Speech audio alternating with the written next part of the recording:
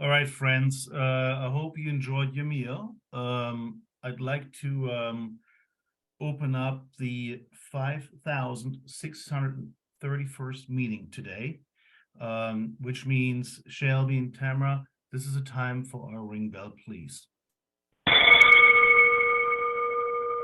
Meeting convened. Thank you very much.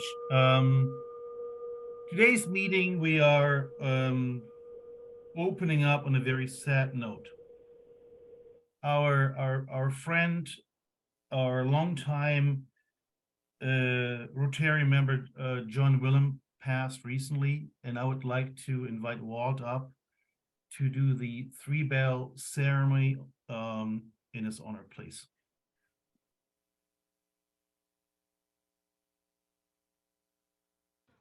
Today we will share a reverent Rotary tradition, the three-bell ceremony to mark the passing of a fellow Rotarian. Please remain seated as we share a short reflection on the life of our Rotary One member, John Marsh Wilhelm. Then I will ask you to stand for a moment of silence as the Rotary bell is rung 3 times. We were all saddened to hear that John Wilhelm passed away at the age of 70 on Saturday, September 14th, 2022.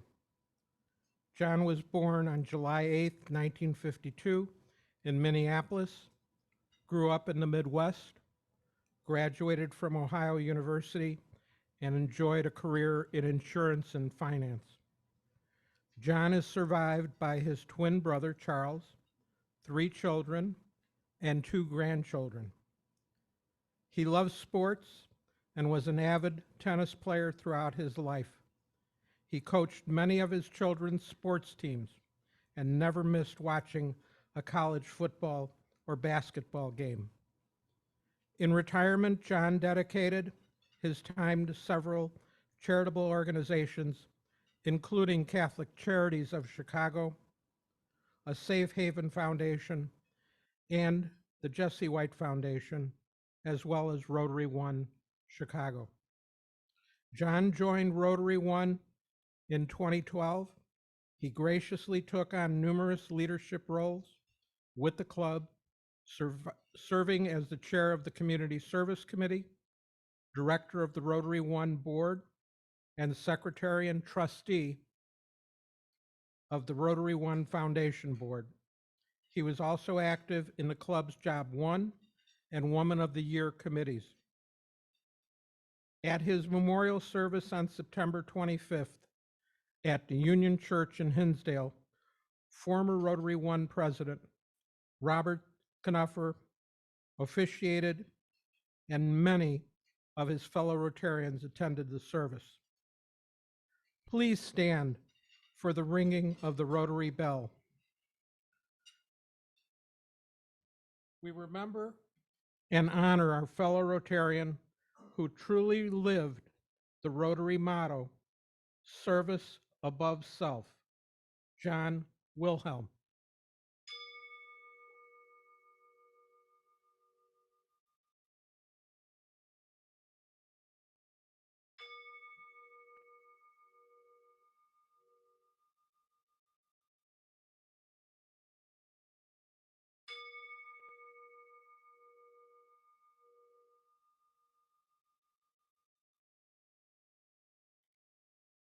Thank you. Please be seated.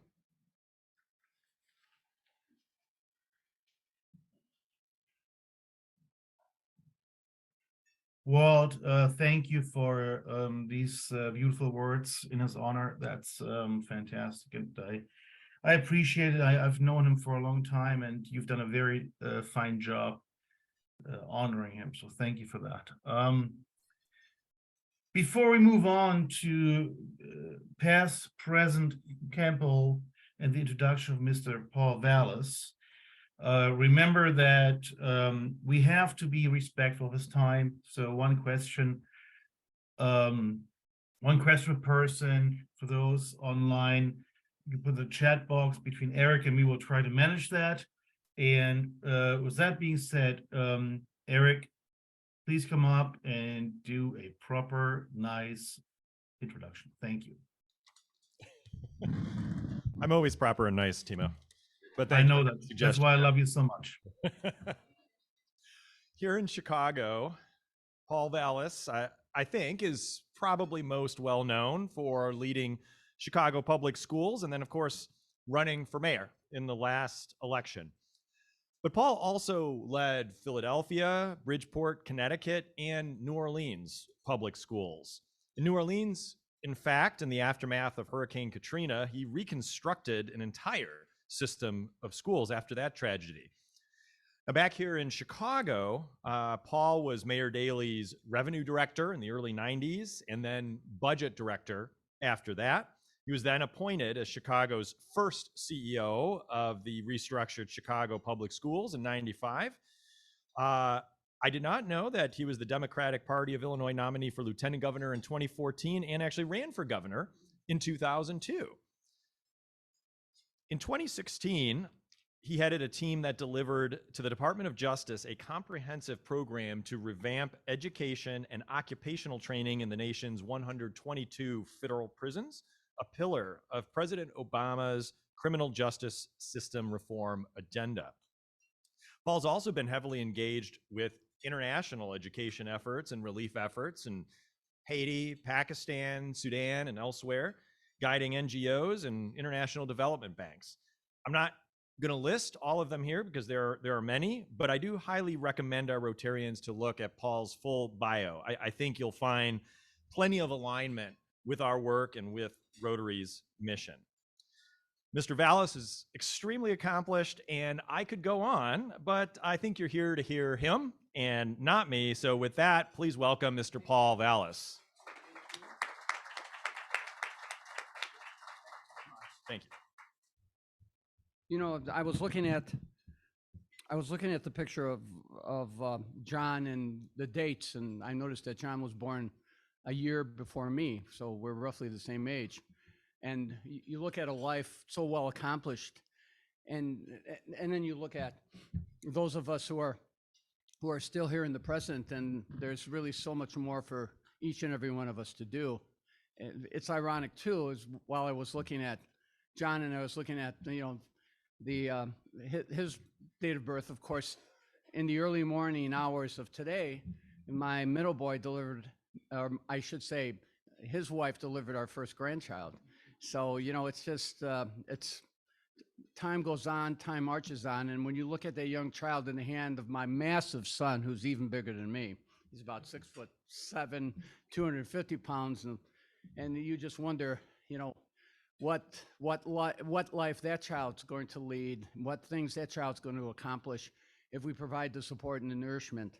And so I just, I just thought of those two things at the same time, both the passing of John and, of course, you know, the arrival of my first grandchild. I asked my son Gus why he wouldn't name his son after me.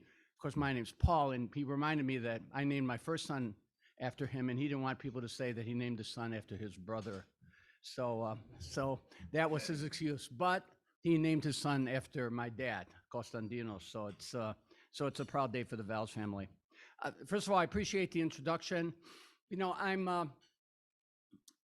I've decided to run for mayor, and I've decided to run for mayor again. And maybe I never stopped because 4 years ago I decided to run because I felt there were critical issues that needed to be addressed. I felt there were critical public safety issues, and I thought the schools were a mess, and I thought that the city was becoming increasingly unaffordable, and the allocation of resources in the city in an equitable manner have always been a legitimate issue, and it's certainly an issue of contention.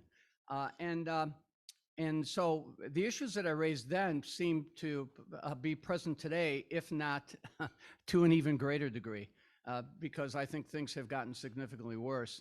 So what I've really been doing since over the last 4 years during this period of COVID, while working on projects like opening my 12th military first responder high school, this one in Little Rock, Arkansas, at the invitation of the Walton family, it's a public school, it's a public charter school, is to continue to comment on issues, public safety issues, education issues, issues like city affordability. I was particularly frustrated and angered at the literal shutdown of the Chicago Public Schools for 15 consecutive months, absolutely infuriating, knowing full well the needs of the children and the devastating impact it had on children, not only academically, but just social, emotionally, or even from a violence standpoint. So, I felt compelled to run again in large part because I see the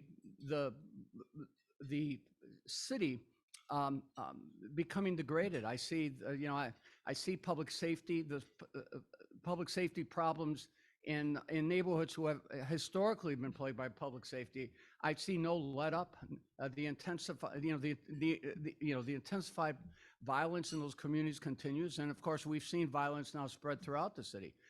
I used to say that Chicago was a struggling city with a vibrant downtown. Well, we certainly have seen the downtown at risk, not only economically, but just from the violence that seems to be pervasive downtown.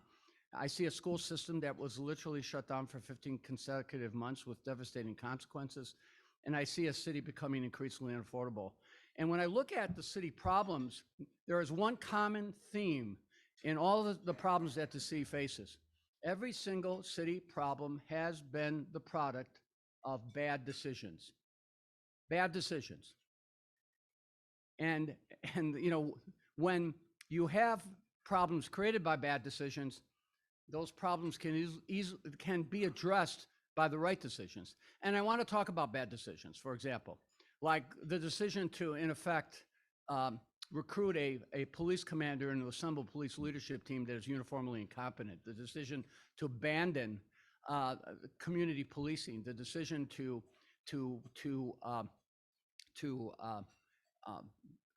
place so many restrictions on police activities that there's been a 70% reduction in police arrests. The decision to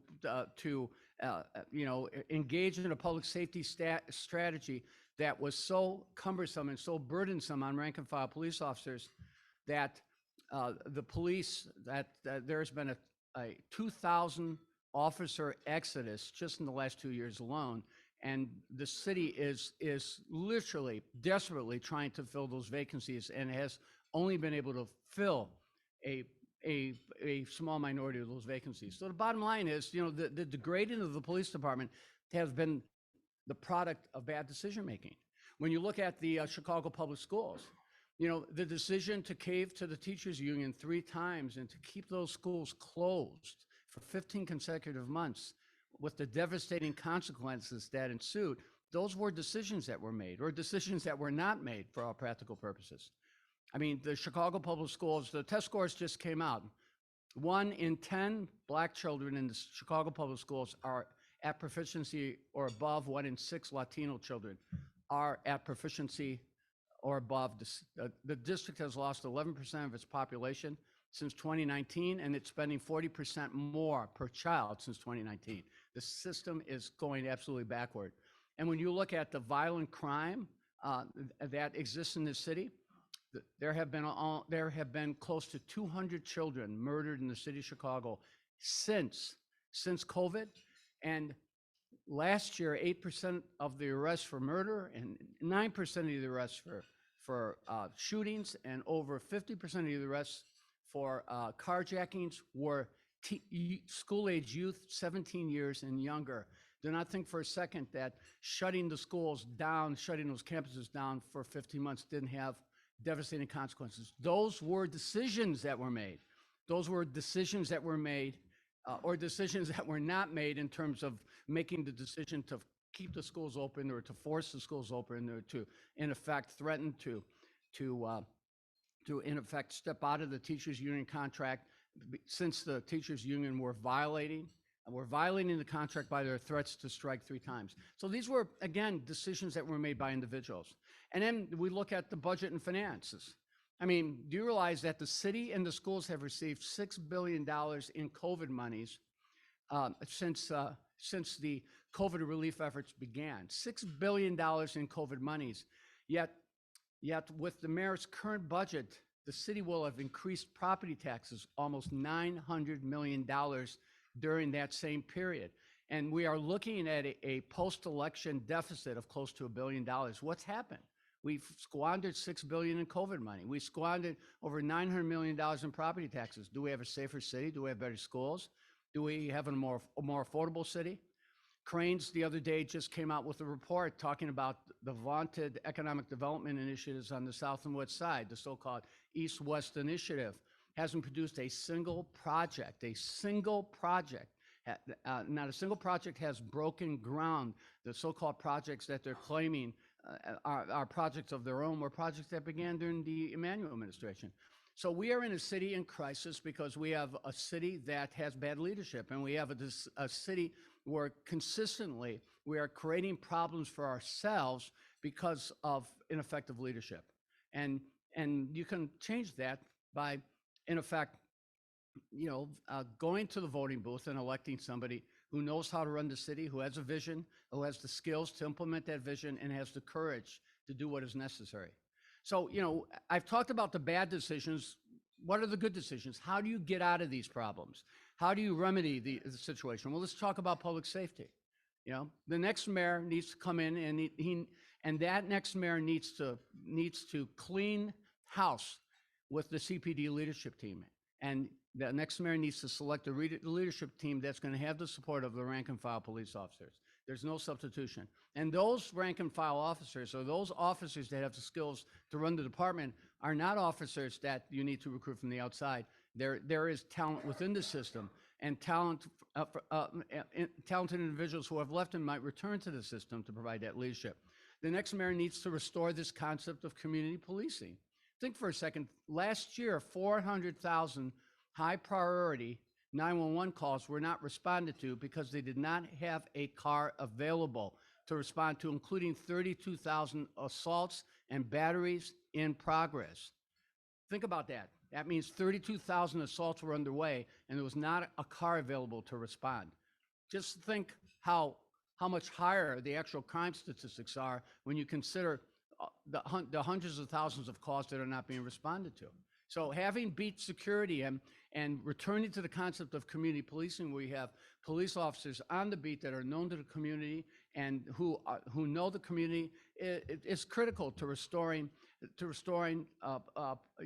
the public safety resources that the community needs. Putting police officers on a normal work schedule, allowing the police officers to be proactive at getting at some of the perhaps violent crime, but yet crime that doesn't fall into the high crime, most violent categories. The ability to arrest, the ability for people who assault, who violate the public way, who destroy public and private property.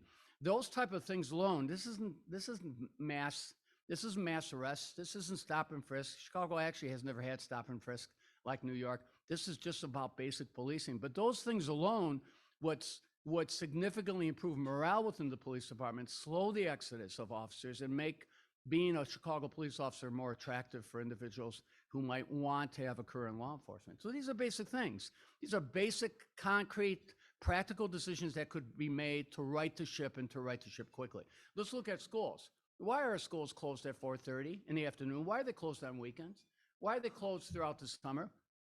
I mean, in some communities, the schools are the most dynamic institution. And I built 78 new school buildings, 125 campus parks. Gwendolyn Brooks on the south side of Chicago, which was a block away from my house, is a 40-acre campus and probably the most magnificent campus in the state of Illinois. Yet that campus is idle after 4 o'clock. That campus with its swimming pools and its park and its synthetic tracks and its auditoriums and its multi-purpose rooms.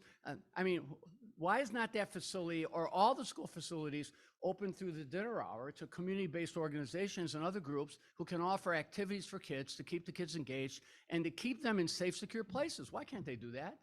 We did that. We did that in the 1990s. Why can't the high schools offer work study for children? My dad had a work study program. He was an accountant. So the Vallas boys had work study. You know what that work study was? He always got us a job with his clients. So when I was 13 years old, I was working at the Southtown Floors on 72nd and State, the old market. And I was doing a bunch of stuff, planting flowers, shoveling the dirt, that people would buy, and things like that. And I made $1.25. And every week I made $30 a week. And back in 1967, I'm showing my age now. That would be like $200 a week walking around. But he knew that I needed to, for me to stay out of trouble and stay engaged, he needed me to be surrounded by work models, working men and women, and I needed to be earning money so I could learn how to work. And believe me, I had to go through a lot of those menial jobs to learn how to work. That was the most valuable lesson, because I didn't necessarily like those jobs, but I was working as, but what if the schools, what if the city had every city agency, every city department, every city contractor, every single entity that the city has a contract with, the labor unions, what if we paid them to provide work-study opportunities, paid work-study opportunities for our kids? You get 20, 30,000 kids. Back in the 90s, Craig Williams ran a work-study program. We had 20,000 kids working year-round on everything, you name it. You want to get the kids engaged. You know, I mean, you know, the kids who come downtown because there's nothing for them in the community. What is on Michigan Avenue is available for kids in the community? When I grew up in Roseland, we had the Caramel Corn Shop, and we had the 2 movie theaters, and we had J.C. Penney's, and we had Gately People's Store, and we had the movie theaters. We had everything. Now it's like a ghost town. The kids have no place to go, but yet the 40-acre Gwendolyn Brooks campus is shut and locked to the community. These are no-brainers. These are decisions or non-decisions that are being made. We've got this massive school system that we spend $10 billion on. 60% of all of our property taxes go to schools, whether they have 300 students or 1 student. The money is guaranteed, and we have 650 buildings closed, 78 of which I built, and I built them to be open round the clock all year, all day. Those are decisions. Those are decisions that were made. Those are bad decisions that were made and can be reversed with good decisions. Or let's look at the budget. Let's look at the finances. I mean, look, we're gearing up for another, you know, the mayor's introduced the budget, and she's talked about the budget's only going to have like a modest, is it a $47 million property tax increase? If any property tax increase, modest.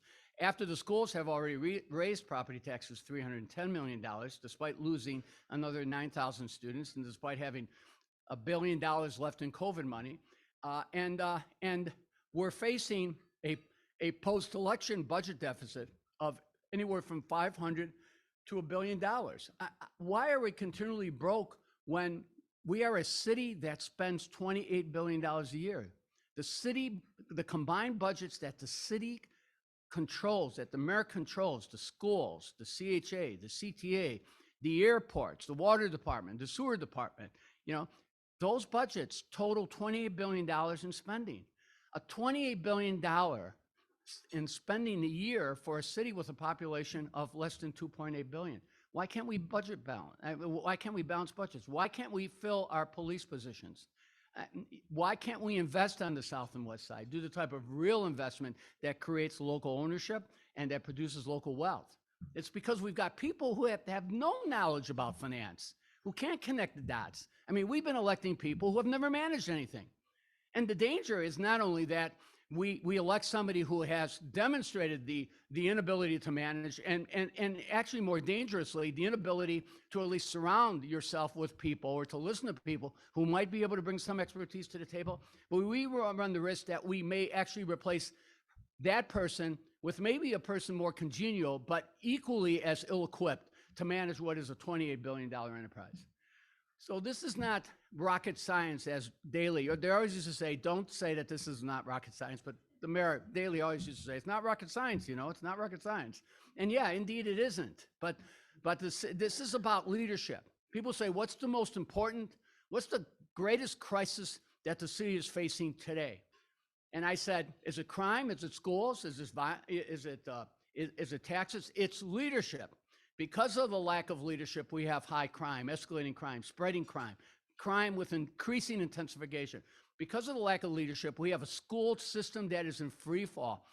In 16 of the last 18 years, the school system has lost enrollment. The last year, the only 6 years in the last 30 that the schools improved were the 6 years that I was superintendent, when enrollment grew by almost 40,000. And we have a city on a tax and spend and waste cycle that is in effect just making the city increasingly unaffordable. This is a leadership issue because of lack of leadership. So this is an important election because this election has got to be about leadership, has got to be about electing a mayor who can assemble a team, who can provide the type of leadership, can provide the type of management, and demonstrate the type of courage needed to get the city back on track. This is why. This is what the election is about, and this is something that I've been doing all my life, from when Daley brought me in to rescue the city budgets in the 1990s and to institute the community policing strategy that helped reduce the murder rate by almost 50%. If you remember, the murder rate back in 1992 when I became budget director was 947. It was 147 murders higher than the murders last year.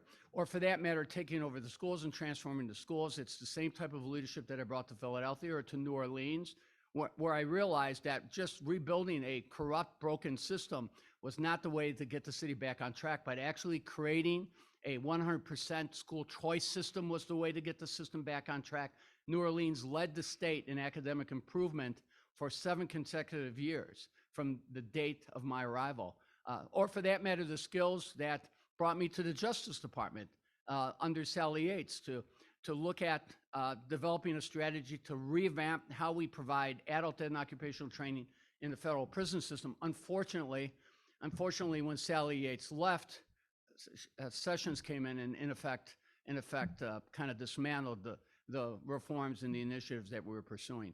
So the bottom line is that this is what it's about. This is what this election is about, and this is why I'm doing what I'm doing. This is why I've entered the fray to in effect make this election about issues, but also make this election about leadership and really doing my best to articulate clear pathways out of these problems, because there are pathways out of everything. There are pathways to resolve the public safety issue. There are pathways to get our schools back on track.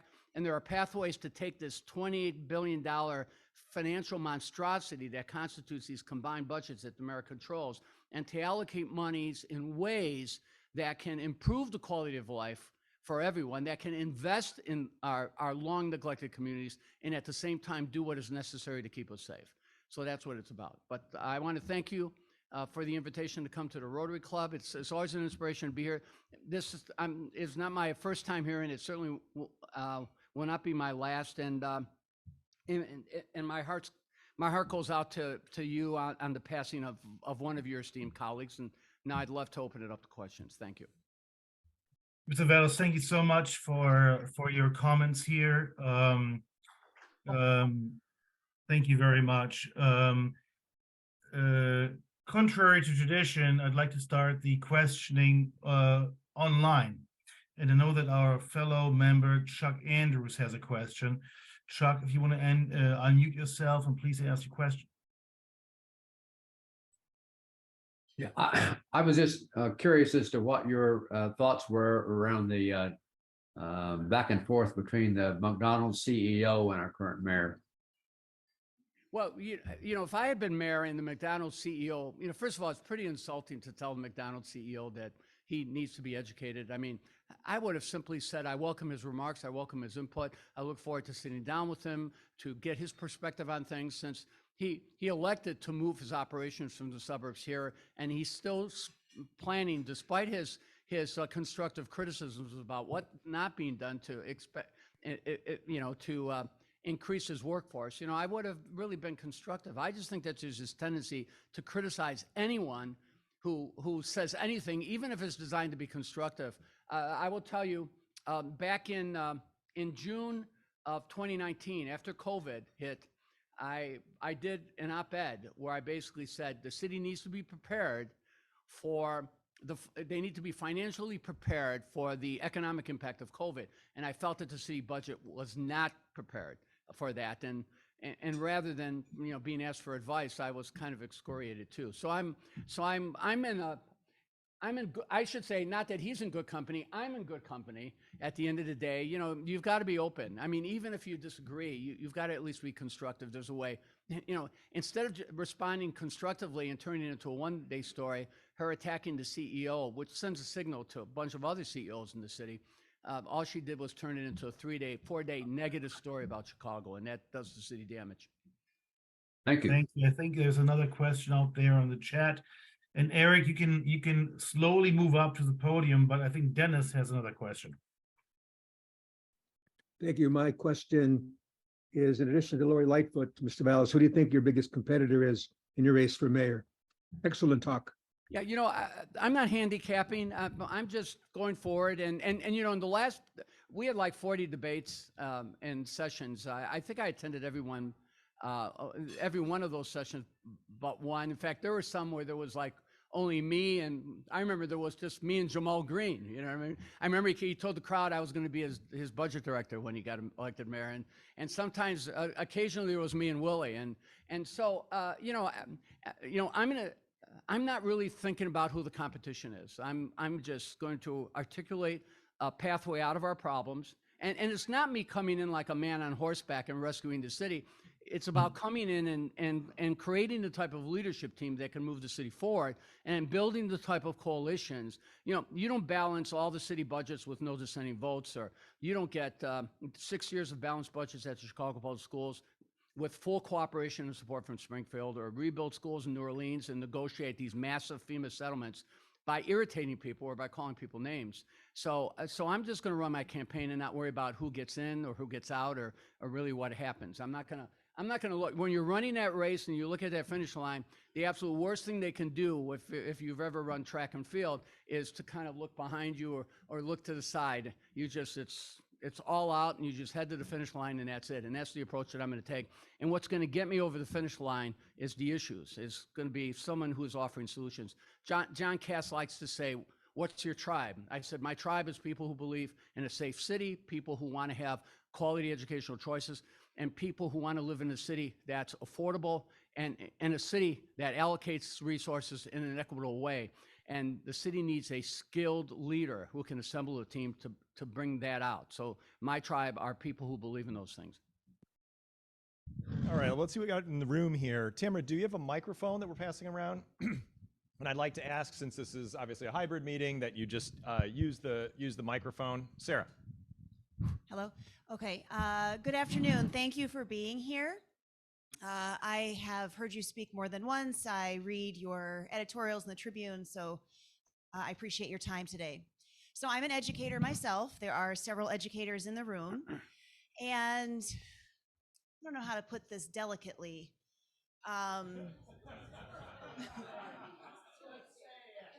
Sometimes I get upset with the Chicago Teachers Union's strategies.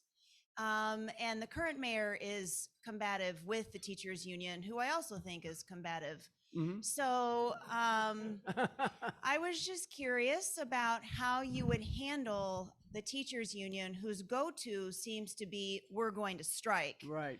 So I was just curious how you would handle that relationship. Well, let me tell you the approach that I've taken, and I've negotiated, like, when you include all the contracts, police, fire, I was brought in to help settle the police contract with the city. I got an 8-year contract, which I did pro bono because I didn't want anybody criticizing my, to question my motives or anything like that. I've negotiated, of all the contracts I've negotiated with 4 major teacher unions, and I've negotiated successful contracts, and I've never had a strike. That doesn't mean that they all love me.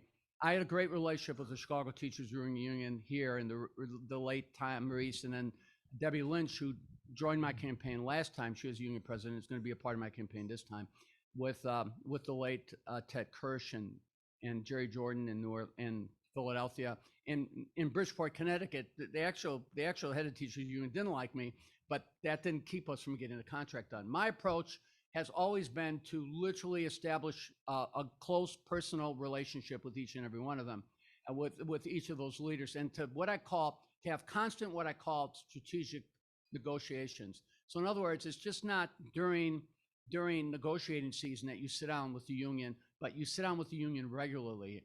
And I've done this consistently with the union. So you get issues resolved. They're not surprised when you decide to do something. You may do something that they disagree with, but they're never surprised. They are never uninformed about what your intentions are.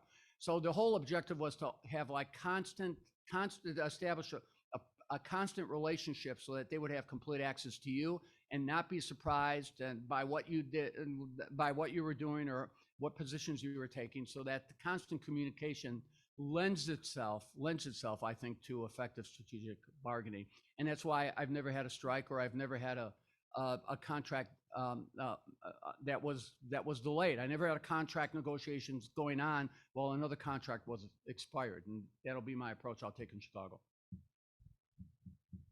Yes, thank you. Thank you for being here. You mentioned Springfield, and of course, we don't function in a vacuum here. So just wondering how you, whether you're taking a stand on some of the more statewide issues, especially the Workers' Rights Amendment, and concern or interest in the impact of that right now. Yeah, well, look, it's the Worker Rights Amendment is not a city amendment, and it's not an issue. It's not a mayoral issue, but but I don't oppose the worker right amendment, and but I think that I spent my first 11 years working in Springfield, and working for Dawn Clark Netsch, and I was hired by Phil Rock, and then later on heading the Illinois Economic and Fiscal Commission, which was a bipartisan commission. So, so I know Springfield, I know the landscape, I know the importance of having relationships with Springfield, I know the importance of having a Springfield agenda. I also know the importance on focusing on issues that are pertinent to the city that I can control and that I can weigh in on. You know what I mean? And not biting off more than I can chew. So, the bottom line is, I'm going to opine on issues or amendments or initiatives that have a direct impact on Chicago, and I'm going to try to do so in a constructive way. I think there's this tendency for us not to like what somebody is proposing out there without trying to understand what they're trying to get at. My approach, and maybe it's because I spent so many years on staff doing this very same thing, trying to come up with ideas and options. If someone has a need, or if there's a priority that someone is advancing, and I believe that there's the potential for that priority or that need to be in conflict with the city interest, I'll try to work with that individual to see how that initiative or his concerns or her concerns can be addressed in a more effective way, in a constructive way. That's always been my approach.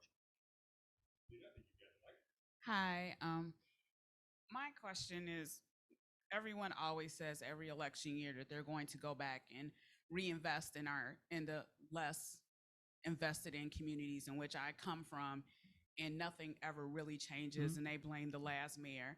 But these aren't things that, as she said, happen in a vacuum, and they've happened from Lori, they've happened from Rom, they've happened from Richard. What do you plan to do that's different, besides just telling me that you're going to invest in my community, but to actually get those communities to a place where they can be safe and growing communities, Right? Versus just, oh, we're going to have this initiative, we're going to drop, a couple of $1,000s for a couple of grants, but then the schools are still closed. Right. There's still no mental health facilities. There's still no doctor's offices. There's none of these other things that are part of this vacuum that have been happening for decades in this community, in this city, that no one ever wants to address, and they always just want to blame it on the last mayor. So let me respond and this is a really important question, so I'm going to ask your indulgence if I can have a little more time to answer it. And I'm going to ignore Brian there, who tries to tell me when my remarks are getting too short. He goes like this, he says, like that, and a hand and arm signal. So I just don't look in his direction. I just kind of ignore him. It's like when my wife tries to scold me, I just ignore her and I pretend she's not in the room until she throws something at me. Yeah, so let me just say, no, I mean, that's a very legitimate question. Back when I ran last time, I actually came out with a series of white papers, one of which I called the Marshall Plan for Chicago. Incidentally, I'm an old history teacher, and I actually I had to explain who John Marshall was a couple times, so I realized that this time I need a better label. So if anyone of you have a better label than John Marshall, I thought I was being clever, and I wasn't at all. And I'm not going to mention the morning talk show host who asked me who John Marshall was. So I realized that was, but in it I articulated specific things that the next mayor can do. So let me just rattle them off. And if you look at what I'm posting, you'll see it. Let's talk about public safety.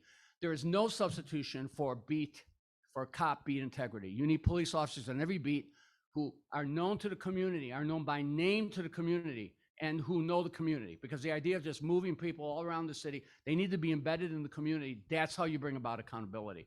So you've got to have beat integrity. So the 911 calls are being responded to. The community knows the local beat cops, and they have the capacity to protect witnesses and victims. Because when you have 58 mass shootings like they had last year, and you only make one arrest, it means people do not feel that they can trust the police to keep the perpetrators off the street. So you need community-based policing. You also need to make sure, and I've talked about how you could recruit the next generation of police officers by taking the military academies and the 10,000 and 11,000 kids who are in ROTC in the Chicago Public Schools and creating a pipeline. 87% of those kids are Black and Latino. Half of those kids are women. You could create a pipeline so that the next generation of police officers can actually come from the communities that serve them. So there's more on public safety, but I just want to make that point. On schools, you got to open the school campuses through the dinner hour on the weekends. And you've got to bring these, there are so many communities that have community-based organizations that can work with kids, whether it's mentoring or tutoring or it's counseling parents. And those schools, those community centers should be like mini Millennium Parks. Some of those schools, some of the big high schools with their gyms and their auditoriums and their swimming pools and their athletic facilities, they're campuses, and there's no reason why you can't have a whole series of community-based activities on those campuses for the kids so that they can be engaged, not only to help the kids that are struggling academically, but also to provide kids with enrichment opportunities and to provide a safe place for children. And then let's talk about economic development. You know, what I will do when I'm mayor is the same things that I talked about doing 4 years ago. First of all, I'll earmark casino monies and gaming monies and video poker monies and a third of the TIF monies into an investment fund that would be solely dedicated to providing capital investment on the south and west sides. That's not what they do. They do one-off projects. Oh, we've got this project here or there. We're going to do this $500 million project. Here's a one-off project. You need to have a continuing investment. You need to be able to have an investment pool that can be accessed so that you're doing what David Doig and the Southside Initiative is doing. They're investing. They bring the community together. They're investing in affordable housing. They're providing those who were previously incarcerated with grants so that they can become entrepreneurs and open their own businesses. They're doing, they're anchoring communities by bringing some of these big vendors in, these big anchors in, to stabilize communities. So you need to dedicate that money. You need to dedicate that money to those communities so that there's a constant flow, and you need to be partnering those communities. You need to create an entity independent of the mayor's office, independent of the politics that has become economic development, that is solely focused on creating economic opportunities for people on the south and west side. And let me tell you just one other thing you can do too, and I know I'm running way over. You need to create a land trust. And with that land trust, the city needs to take control of all the property that is sitting idle, the 15,000 vacant residences that sit idle. They're in housing court, they're in tax court, they're up for scavenger sales, those abandoned factories, those abandoned lots. You need to create that land bank, and you need to, with that land trust, and you need to turn those properties over to local community developers, faith-based organizations, community developers, local contractors, and you need to provide them with the financial support to prep those sites, to be added, to be reintroduced, to make those assets active again. And in the process, you'll begin to create local wealth, because what we don't do in the communities, what we don't do with our economic development policies is we don't create local wealth. We don't have programs that are going to support and strengthen the family. We don't have programs that create local ownership. We don't have programs that give people the capacity to create local wealth. Because if you have ownership and you have local wealth, it's transferable. So when I'm talking about things like doing the type of investments like David Doig is doing on the south side, or creating a land trust that can take this idle property and turn it over to local ownership, or providing grants so that we can restore community-based social services that are owned and operated by people from the community, by individuals from the community. It's all about creating local wealth and local ownership, because that's transferable. You empower the community when you give the community ownership, and you empower the community when you help the community generate local wealth. Hi. Okay. Yeah.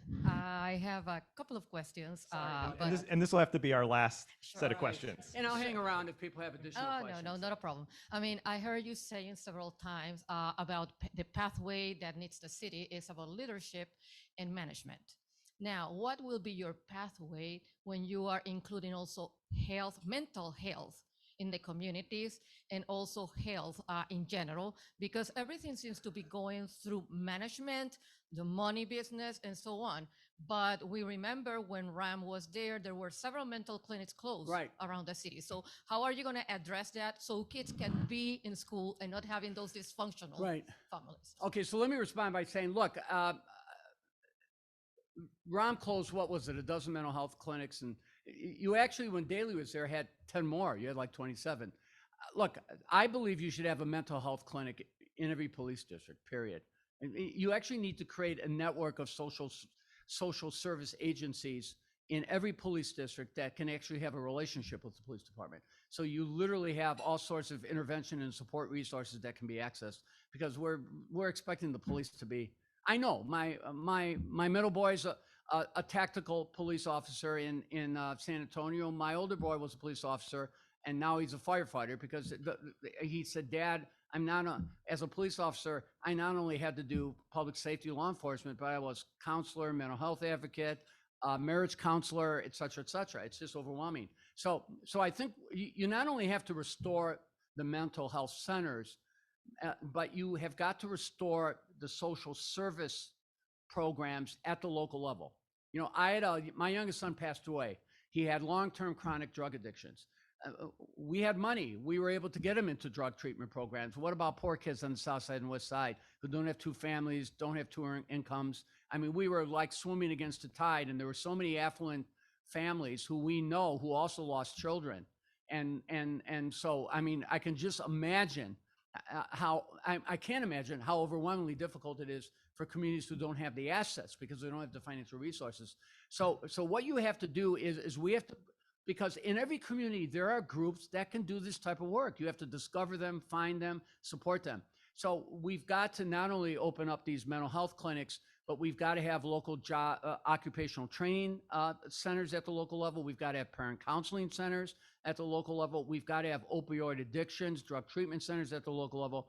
You begin to restore community-based social services. You actually create economic activity, because those services hire people. They employ people in the community. So it's critically important that that's where we begin focusing our money, our cannabis money, our gaming money, our casino money. We're not going to fix the pensions. We'll fix the pensions using TIF monies or some other sources. We're not going to PIF.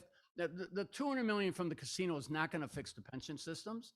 So what we need to do is we need to invest that money to restore community-based social services.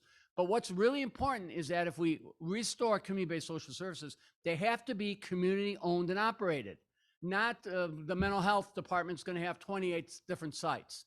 They've got to be owned. It's got to be community ownership. Everything we do in the community, every service we provide, has got to be a service that's performed by community members for an organization that is owned and controlled by the community, because that's how you do local empowerment.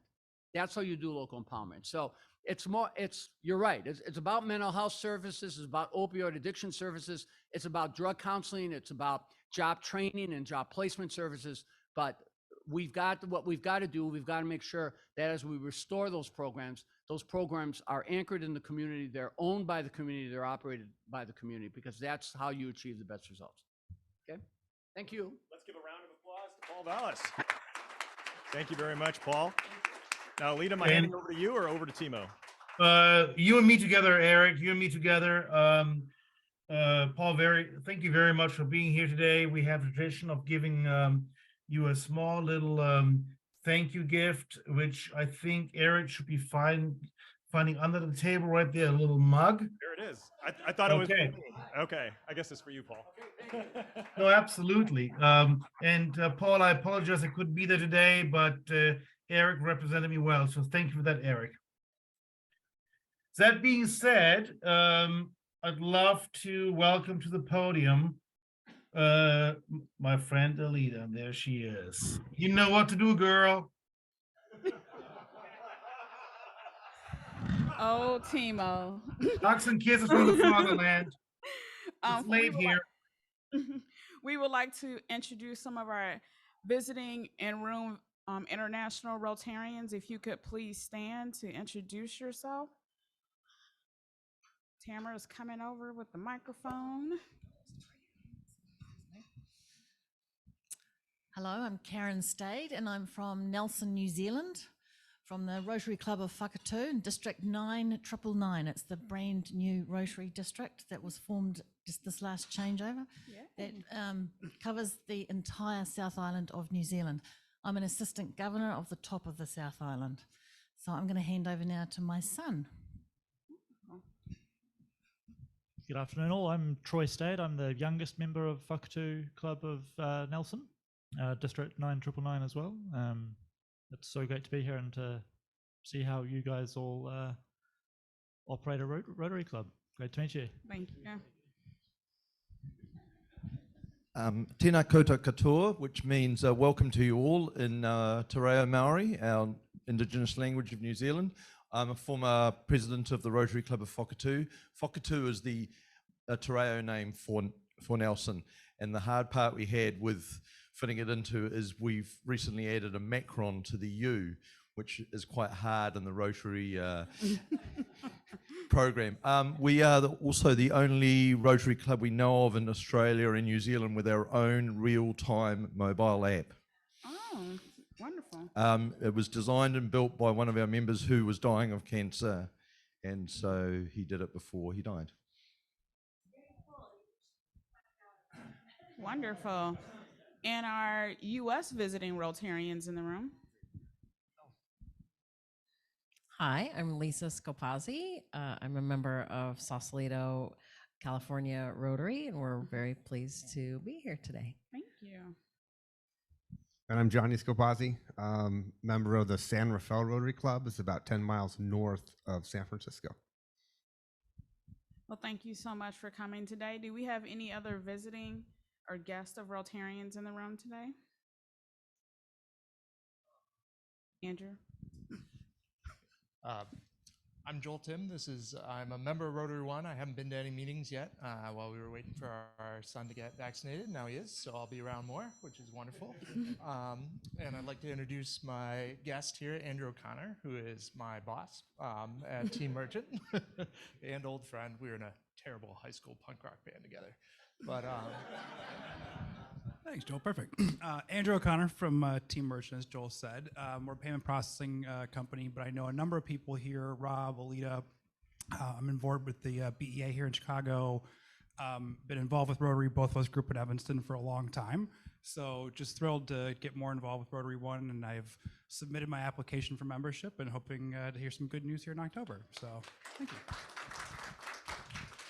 Thank you so much for coming. And those visiting Rotarians, we can do a flag exchange with myself and Eric, since Timo's not here, after the meeting. Thank you. Thank you for throwing me on the bus, Alita. That's lovely of you. Thank you. Always my job. All right. That being said, we're come down to announcements. And announcements means dictionary labeling. I don't know whether Wes Westerfield is in the room. I've seen Betsy, but if Wes is around, he can announce himself. Well, Timo, Wes is around. Okay, then Wes step Louder it than he up. really prefers to be, but he's around. Okay, then dear Wes, step it up. The second Tuesday in October, which is the 11th, I think, we will be labeling dictionaries at Reby Storage on North Clark Street. And those dictionaries, we have about 3,000 of them. Those dictionaries, once labeled then, will be available for us to distribute to Chicago Public School third graders. Those of you who have participated, and looking around, there aren't too many actually, but those of you who participated will remember that this is one of the most, honestly, the most fun things we do in Rotary, because you get a chance to go into the classroom and meet the teachers and the kids. Betsy and I have had Betsy, my wife, and I have had some real adventures in the classrooms, including being asked if in this dictionary, remember it's a dictionary, even though it's got 150 pages of encyclopedia at the back, have been asked if there's a periodic table. It's a third grader, 8 years old. Yeah, wow. So great time. And I would encourage all of you, we'll be making more announcements. And what we'll do is if you get in touch with me, I'll assign you a couple of schools to do. Thank you. Thank you, sir. And just for clarification purposes, Wes's command of the English language is not that clear. He only has one Betsy in his life. So that's the one I see. Hi, Betsy. So that being said, quick comment for the friends of here attending via Zoom. Zoom is a cost factor, and I would encourage everybody, including myself, attending via Zoom to donate a little bit of money to cover the cost. Whatever you feel is appropriate, please do. I appreciate that. And that, with that gets me to the new aspect of our meeting, the member minute. The member minute is one of those things where we'd like to highlight the positives, maybe the negatives of life in the member's life. I can tell you for myself, I don't know, Tamara, are you ready? Get my email? Maybe not. So I went to Munich last week with our very own club treasurer. The video is way too fast moving. I can't show you that, but I will show you maybe this. And here you can see a family attendance at Oktoberfest in Munich. In other words, Oktoberfest is not about all drinking. I was there with 4 nephews and nieces, not a single drop of alcohol, a bunch of rides, the kids were happy. Maybe when we really mature, this club can go to Oktoberfest and have a great time. That's my member moment. And I lead by example, encouraging you to share with all of us, with this family, the travel, the family, the business news, all that kind of stuff. I know that Kay was traveling all over Europe, but you know, these are the kind of things that lighten things up. I hope for you to think about it and volunteer next time. Email the staff or me and we'll promote it. That being said, look at the gyrator for upcoming meetings. I think Cam's got some slides on that. And we've got, I think, to conclude the party, the 4-way test coming up. And today's volunteers for the 4-way test are Franklin and Adriana. And I will let you take the mic, step up, and then we'll conclude the meeting. I appreciate all of you guys.